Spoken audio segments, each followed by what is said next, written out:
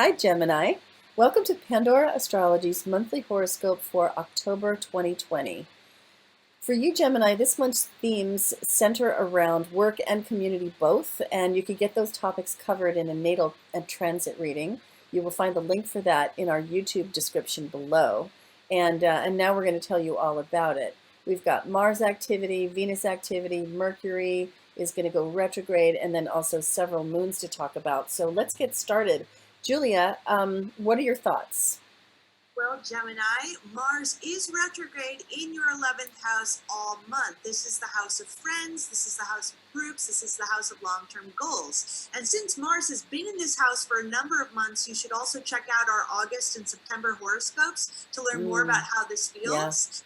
And we also have another video talking about how this retrograde cycle affects the world at large in our pandemic hot degree video in our 2020 news playlist. So you should check that out too. But generally speaking, you're going through a period of a lot of frustrations with your friends. Maybe there are flare-ups too, whether it's coming from you or coming from your buddies or any groups you're a part of.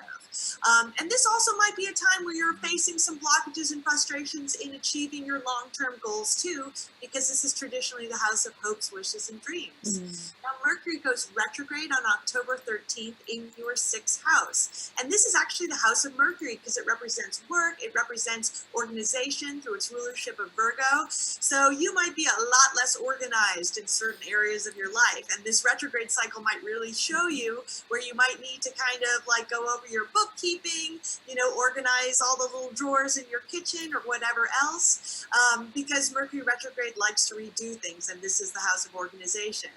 Then Venus on October 2nd goes into your 4th house of family and home. So this is a wonderful time for getting along well with the people you live with, including family members, especially if you're having some flare-ups with your friends right now. Your family and your home is totally your refuge.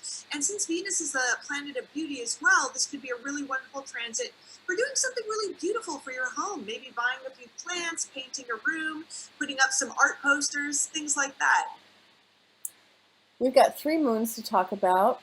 The first of them happens on October 1st, and you can probably consider that the influence of a moon extends to the day of the lunation, also the day before and the day after.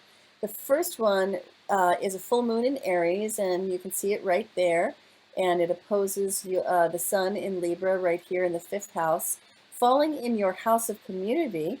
We've been calling this one Nurture Yourself Before Others.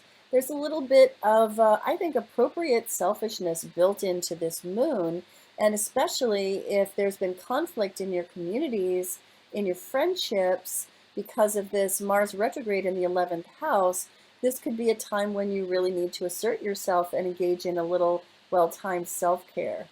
A little bit later in the month, mid-month, around the 16th, we have got a new moon in Libra, and there it is.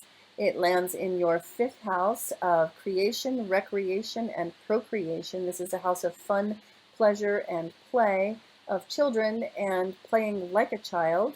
And so now, but this moon is a little bit fraught, I have to say, because it falls very closely square the pandemic hot degree. You can find out more about the pandemic hot degree on our Astrology of Pandemic Year 2020 playlist on our YouTube channel, Pandora Astrology.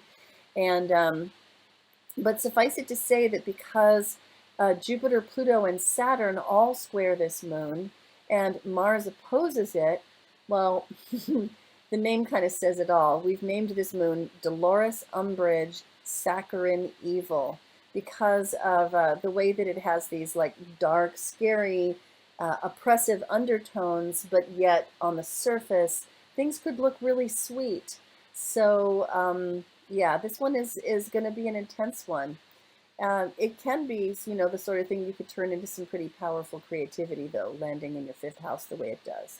Now, the last moon is happening on October 31st, and it is a full moon and also a blue moon, which is what we call it when you have a second full moon inside of a month.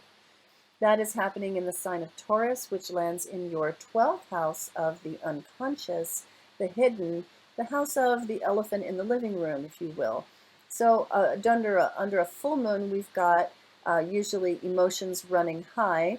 And when that happens in your 12th house of the unconscious, there can be, feelings that you just didn't quite know were there, that can surge to the surface. And because of the proximity of Uranus with this moon, we've dubbed it mostly tricks and a few treats, because this one happens on Halloween. So I think it would probably make sense to be cautious on Halloween, and especially if you're driven by some unconscious desires to spend the holiday the way you want to spend it instead of the way that would be safe to do in the world as it is today.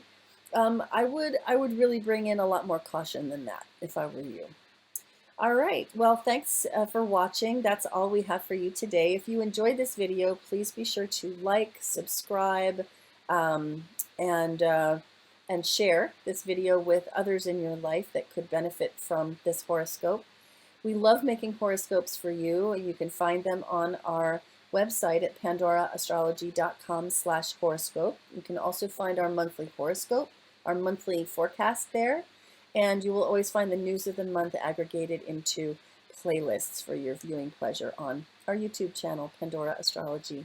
And until next month, we'll see you around the cosmos. Bye. Bye bye.